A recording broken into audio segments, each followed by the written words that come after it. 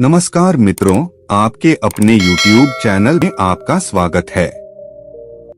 आज की जो कहानी है ये बड़ी ज्ञानवर्धक है। इसका नाम है पाप की गठरी। पाप हर इंसान करता है। ऐसा इस संसार में कोई भी व्यक्ति नहीं है जो पाप नहीं करता हो। लेकिन पाप की गठरी किसके सर पे रखी जाती है? कौन है वो व्यक्ति जिसके सर पे पाप की गठरी रखी जाती है और वो संसार का सबसे बड़ा पापी होता है? आज की कहानी में आप इसको जानेंगे। आज की जो कहानी है बड़ी पावन और पवित्र कहानी है। ऐसा कहा जाता है कि इस कहानी को जो इंसान ध्यान लगाकर और मन से सुनता है उसके जीवन से समस्त प्रकार के पाप दोष नष्ट हो जाते हैं। उसके जीवन में चाहे उस व्यक्ति ने कितने भी पाप किए हों, कितने भी बुरे कर्म किए हों, उन सभी से उसको मुक्ति मिल जाती है और वो निर्दोष निरपापी हो जाता है। कहा जाता है कि जिस तरीके से गंगा में नहाने से पाप दोष नष्ट होते हैं, उसी तरीके से इस कहानी को ध्यान मग्न होकर सुनने से, चित्त मगन होकर सुनने से सभी पापों से मुक्ति मिल जाती है। जाने अनजाने में पाप हर व्यक्ति करता है। इस संसार में ऐसा कोई व्यक्ति नहीं है जो पाप नहीं करता हो। हम ना चाहते हुए भी हमसे पाप हो जाता है और हमें पता ही नहीं चलता कि हम किस पाप के भागीदारी बन जाते हैं। कहानी शुरू करने से पहले जो लोग हमसे नए जुड़े हैं वो हमारे चैनल को सब्सक्राइब करें। एक समय की बात है कि कदली वन में एक मोर और मोरनी रहते थे। उनका जीवन बड़ा सुखमयी था। दोनों पति पत्नी अपना जीवन सुखी गुजार रहे थे। उनके जीवन में कभी कोई संकट नहीं आया था। वो दोनों कभी ये जानते नहीं थे कि दुख होता क्या है, संकट होता क्या है, इस बारे में दोनों को भान भी नहीं था।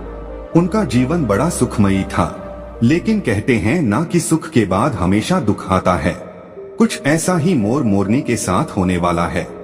एक दिन की बात है कि आसमान में काले काले बादल मंडराने लगते हैं और पूर्व दिशा से जोरदार तूफान उड़ता हुआ आता है। जोरदार बवंडर आता हुआ दिखाई देता है। तब मोर और मोरनी उड़कर एक वट वृक्ष में जाके बैठ जाते हैं। वो वट वृक्ष काफी गहरा वट वृक्ष था। उस वट वृक्ष में काफी सारे जीव जंतु रहते थे। काफी सारे पक्षियों के घोंसले थे। काफी सारे पक्षियों के छोटे छोटे बच्चे थे। काफी सारे पक्षियों के अंडे रखे हुए थे। उस वट वृक्ष में मोर और मोरनी दोनों जाके बैठ जाते हैं और वट वृक्ष को अपने पैरों से मजबूत पकड़ लेते हैं। जब पूर्व दिशा से जोरदार बवंडर आता है तो वट वृक्ष को झकझोर के रख देता है। तूफान की वजह से उस वट वृक्ष में से काफी सारे पक्षियों के अंडे नीचे गिरकर फूट जाते हैं। उन काफी सारे पक्षियों के छोटे बच्चे घोंसले से नीचे गिर के मर जाते हैं। काफी सारे उड़ने वाले पक्षी भी तूफान की वजह से खत्म हो जाते हैं और भी अन्य कई जीव जंतु मारे जाते हैं। इतना तगड़ा वो तूफान आया था।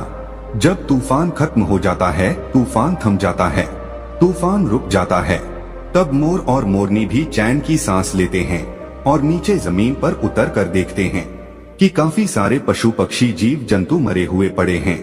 काफी सारे छोटे छोटे बच्चे भी मरे हुए पड़े हुए हैं। ये देखकर मोरनी बड़ी दुखी होती है और मोरनी की आंखों से आंसुओं की धारा बहने लगती है। मोरनी मोर से कहती है कि पिया जी, आज हमसे बड़ा भारी पाप हुआ है और हम बड़े भारी पाप के भागीदारी बन गए हैं, क्योंकि हमारे रहते हुए इतने सारे पक्षी, इतने सारे पक्षियों के अंडे और पास में इतने सारे जीव जंतु मरे पड़े हैं। हमारे रहते हुए इतने सारे जीव जंतु मर चुके हैं, इसलिए ये सारा पाप तो हमें लगेगा। यही सोचकर मोरनी बड़ी दुखी होती है। मोर मोरनी को काफी समझाने की कोशिश करता है, लेकिन मोरनी को एक भी बात समझ में नहीं आती है। मोर कहता है कि हम पाप के भागीदारी नहीं है, कि पाप का भागीदारी वो है जो ये बवंडर को लेके आया है और इस बवंडर की वजह से काफी सारे जीव जंतु मर चुके हैं, इसलिए हम पाप के भागीदारी नहीं हैं। लेकिन मोरनी मोर की बात को सुनने के लिए राजी नहीं थी, तो मोर मोरनी को एक ऐसे सुनसान स्थान पर ले जाता है और मोरनी से कहता है कि मोरनी, मैं तुम्हें एक कहानी सुनाने जा रहा हूँ। इस कहानी को तुम ध्यान से सुनिएगा और इस कहानी के माध्यम से तुम्हें ये पता चलेगा कि सबसे बड़ा पाप का भागीदारी कौन होता है। तब मोर मोरनी को कहानी सुनाता है और मोरनी बड़े ध्यान से चित्त मगन होकर उस कहानी को सुनती है। मोर कहता है कि एक नगर में एक राजा रहता था। वह राजा बड़ा दयालु प्रवृत्ति का था। तो राजा विचार करता है कि मैं रोज 100 अंधे लोगों को खीर का भोजन खिलाया करूंगा। अब राजा यह निर्णय लेता है कि मैं रोज 100 अंधे लोगों को खीर का भोजन खिलाया करूंगा। वो राजा 100 अंधे लोगों को खीर खिलाता था। अब उसको काफी दिन निकल जाते हैं। काफी समय से वो अंधे लोगों को खीर खिलाता रहता है। लेकिन एक दिन की बात है कि जिस दूध से वो राजा खीर बनवाया करता था, उस खीर में एक सांप जाता है और सांप उस दूध में मुंह दे करके उसमें जहर उगल देता है। इस घटना का किसी को पता नहीं था कि दूध में सांप ने जहर मिला दिया है। फिर उस दूध की खीर बनाई जाती है और खीर बनाने के बाद उन 100 अंधे लोगों को खिला दी जाती है। जैसे ही वो 100 लोग खीर खाते हैं तो उनकी मृत्यु हो जाती है, वो लोग खत्म हो जाते हैं। जब राजा को ये पता चलता है कि जिन अंधे लोगों को राजा खीर खिलाया करता था, उन लोगों की खीर खाने से मृत्यु हो गई है, तो राजा बड़ा दुखी होता है। वो राजा ये आदेश देता है कि सबकी जांच की जाए, इन खीर खाने वाले अंधे लोगों की मृत्यु कैसे हुई है। अब राजा के सैनिक ये जांच करते हैं तो जांच में ये पाते हैं कि सांप का विष मिल जाने से इन लोगों की मृत्यु हुई है। अब राजा ये आदेश देता है कि सांप का जहर मिलाने वाला कौन है। फिर से राजा के सैनिक जांच पड़ताल करते हैं और जांच पड़ताल में यह पाते हैं कि किसी ने भी जहर नहीं मिलाया है। उस जांच पड़ताल में ये पाते हैं कि किसी भी मनुष्य ने, किसी भी व्यक्ति ने खीर में जहर नहीं मिलाया है। उनको ये पता चलता है कि कोई काला सर्प यहाँ पर आया था और उसने इस दूध के अंदर जहर मिला दिया है। उसके बाद राजा बड़ा दुखी होता है और राजा सोचने लगता है कि इन 100 लोगों की हत्या का पाप मुझे लगेगा। मैं ही सबसे पाप का भागीदारी हूँ, क्योंकि मैं ही इन अंधे 100 लोगों को खीर का भोजन खिलाया करता था। लेकिन अब इन लोगों की खीर खाने से मृत्यु हो गई है, इसलिए मैं बड़े पाप का भागीदारी हूँ। ये सोचकर राजा अपने राजपाट को त्याग देता है और सोचने लगता है कि क्यों न मैं किसी जंगल में जाके और भगवान की भक्ति करूं, अपने इन पाप का प्रायश्चित करूं। यही सोचकर राजा राजपाट को छोड़कर और भगवान की भक्ति करने के लिए अपने राज्य से रवाना हो जाता है। राजा दिन भर चलता है, काफी दूर निकल जाता है, काफी दूर पहुंच जाता है। अब राजा को संध्या काल का समय हो जाता है। तब राजा एक नगर में जाता है और नगर के चौपाल पर काफी सारे लोग बैठे हुए थे।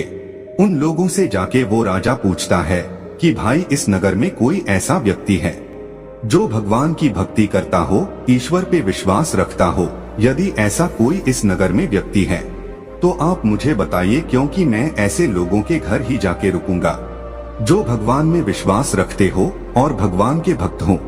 तब चौपाल में बैठे हुए लोग कहते हैं कि मुसाफिर, हमारे इस नगर में सिर्फ एक ही घर ऐसा है जहां एक बहन और एक भाई रहता है। दोनों बहन भाई रहते हैं।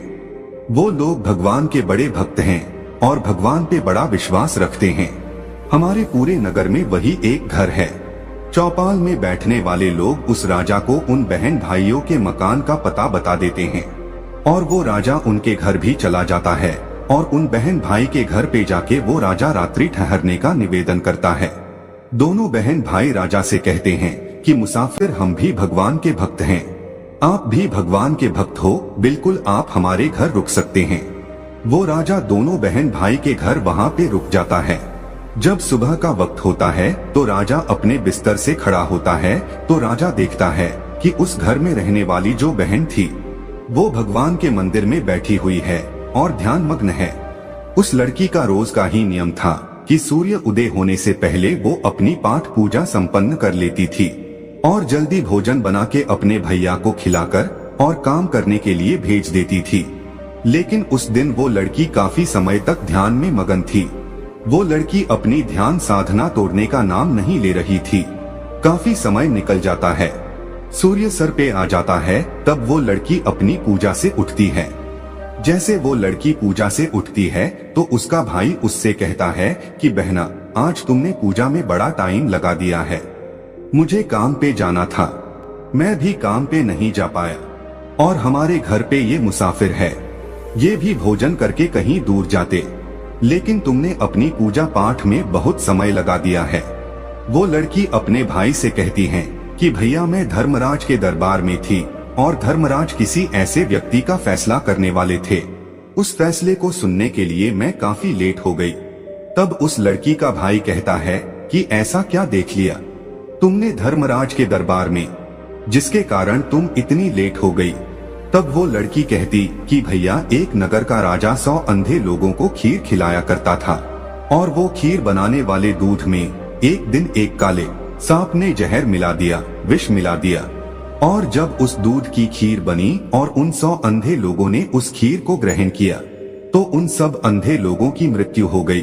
अब धर्मराज ये फैसला करने वाले थे कि पाप का भागीदारी कौन है, वो राजा है या वो नाग जिसने दूध में विष मिला दिया था, या फिर वो लोग हैं जो रसोई में काम कर रहे थे, जिन्होंने दूध को उघाड़ा छोड़ दिया था, दूध पे ढक्कन नहीं रखा था। अब इन 3 लोग का धर्मराज फैसला करने वाले थे कि पाप का भागीदारी कौन है। तीनों ही बराबर के दोषी हैं, तो पाप का भागीदारी आखिर कौन है, राजा है या सांप है या रसोइया। इसी फैसले को सुनने के कारण मैं लेट हो गई थी। उस लड़की की इस बात को वो राजा भी सुन रहा था।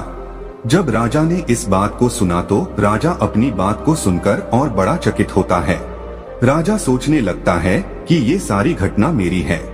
तब राजा इस बात को और जानने का इच्छुक होता है, और वो राजा उस लड़की के पास जाता है और उस लड़की से कहता है कि बेटा, क्या फैसला हुआ, आखिर कौन है पाप का भागीदारी।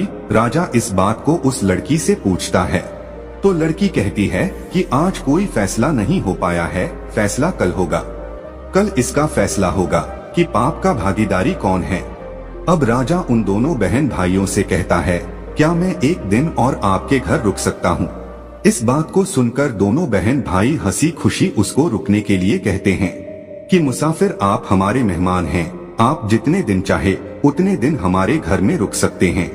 वो राजा इसलिए रुकता है कि दूसरे दिन वो जानना चाहता था कि फैसला क्या आता है, कौन है पाप का भागीदारी, राजा है या सांप है या रसोइया है। इसी बात को जानने के इच्छुक राजा दोनों बहन भाइयों के घर भी रुक जाता है। उधर चौपाल पे रहने वाले जो लोग थे, चौपाल पे बैठने वाले जो लोग थे, वो लोग बातें करते हैं और वो लोग कहते हैं कि कल जो मुसाफिर इन दोनों बहन भाई के घर पे आया था, ये मुसाफिर कुछ ठीक नहीं लगता है। सुंदर लड़की को देखकर और ये मुसाफिर यहाँ पे ठहर गया है। कल तो ये मुसाफिर कह रहा था कि एक रात रुकेगा, लेकिन ये अब दूसरी रात भी अभी रुकना है। लगता है ये मुसाफिर इस लड़की को लेके जाएगा, लगता है ये मुसाफिर इस लड़की की इज्जत लेके जाएगा, लगता है ये मुसाफिर इस लड़की को लेके भाग जाएगा। इस तरह की बातें चौपाल पे बैठने वाले लोग करते हैं। चौपाल पे बैठने वाले लोगों की इन बातों को वो राजा भी सुन लेता है, लेकिन राजा उनको कोई जवाब नहीं देता है। राजा बिल्कुल मौन रहता है कि राजा को सिर्फ यही जानना था कि पाप का भागीदारी कौन है। जैसे ही दूसरा दिन होता है, वो लड़की ब्रह्मा मुहूर्त में ही पूजा में बैठ जाती है और ध्यान में मगन होके ध्यान करती रहती है। लेकिन उस दिन वो लड़की बड़ी जल्दी अपनी पूजा से उठ जाती है। जैसे ही वो लड़की अपनी पूजा से उठती है तो वो राजा उस लड़की के पास जाता है और कहता है कि बेटा, क्या फैसला हुआ, कौन है पाप का भागीदारी, राजा है या सांप है या रसोइया है। जब वो लड़की कहती है कि मुसाफिर, तीनों में से कोई पाप का भागीदारी नहीं है, पाप का भागीदारी तो वो लोग हैं जो चौपाल में बैठ करके बात कर रहे हैं। वो लड़की कहती है कि मुसाफिर, धर्मराज के दरबार में आज ये फैसला हुआ है कि सबसे पहले जो पाप के भागीदारी था वो सांप था, लेकिन सांप अपनी भूख शांत करने के लिए उसने दूध में मुख दिया था और दूध पीने के बाद वो वहाँ से चला गया। अब इसमें सांप का कोई दोष नहीं था, क्योंकि भूखे को भोजन बहुत जरूरी होता है, इसलिए सांप का कोई दोष नहीं था, तो सांप का पाप माफ कर दिया जाता है। उसके बाद नंबर आता है राजा का, क्योंकि राजा ही खीर बनवाया करता था, इसलिए दूसरा नंबर राजा का आता है। लेकिन राजा भी स्वयं अपने हाथों से काम नहीं कर रहा था, राजा भी दूसरे लोगों को पैसे देकर उस कार्य को करवाता था।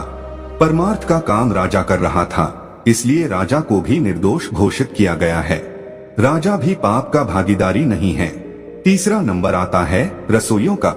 रसोइयों को भी पाप का भागीदारी नहीं बनाया गया है। फिर से राजा पूछता है, तो फिर पाप का भागीदारी बना कौन? लड़की कहती है कि सबसे बड़ी पाप के भागीदारी वो लोग हैं जो चौपाल पर बैठकर और उस राजा की निंदा कर रहे हैं, उस राजा को खरी खोटी सुना रहे हैं, भला बुरा कह रहे हैं, अपने घर का अनाज खाकर दूसरे की निंदा कर रहे हैं। वो लोग सबसे बड़े पाप के भागीदारी हैं। जो चौपाल में बैठकर वो लोग उस मुसाफिर के बारे में कह रहे थे कि मुसाफिर सुंदर लड़की को देखकर और इस घर में रुक गया है और इस लड़की को लेके भागेगा, इस लड़की की इज्जत लेके जाएगा, उन लोगों को सबसे बड़ा पाप का भागीदारी बताया गया है। मोर मोरनी से इस बात को कह रहा है और मोरनी बड़े ध्यान से सुन रही है। मोर मोरनी से कहता है कि मोरनी, सबसे बड़े पाप के भागीदारी वो लोग होते हैं जो एक दूसरे की निंदा करते हैं, वही होते हैं सबसे बड़े पाप के भागीदारी। उन लोगों के सर पे पाप की गठरी को रखी जाती है। जो लोग एक दूसरे की निंदा करते हैं, उन लोगों के सर पे पाप का बोझा धरा जाता है। जो लोग एक दूसरे की तेरी मेरी करते हैं, मोरनी के मोर की ये बात समझ में आ जाती है और मोरनी अपने दिल को संतुष्ट करती है। मोरनी सोचने लगती है कि अब हम पाप के भागीदारी नहीं हैं। पाप के भागीदार तो वो हैं जो निंदा करते हैं। अब मोरनी अपने दिल को संतुष्ट कर लेती है। मोर मोरनी से कहता है कि प्रिय, कि संसार में जो इंसान सुखी रहना चाहता है वो कभी भी किसी की निंदा ना करे। जो लोग निंदा करते हैं वो पाप के भागीदारी हो जाते हैं। उन लोगों के पाप के भागीदारी वो लोग बन जाते हैं जो निंदा करते हैं। उन लोगों का सारा पाप उनके सर मढ़ दिया जाता है जो लोग निंदा करते हैं।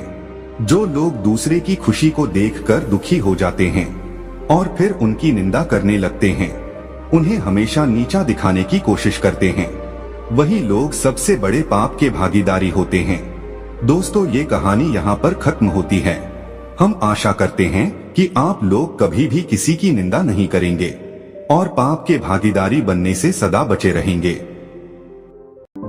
तो दोस्तों, यह कहानी आपको कैसी लगी हमें कमेंट सेक्शन में जरूर बताना और अच्छी लगी हो तो इस चैनल को सब्सक्राइब जरूर कर लेना।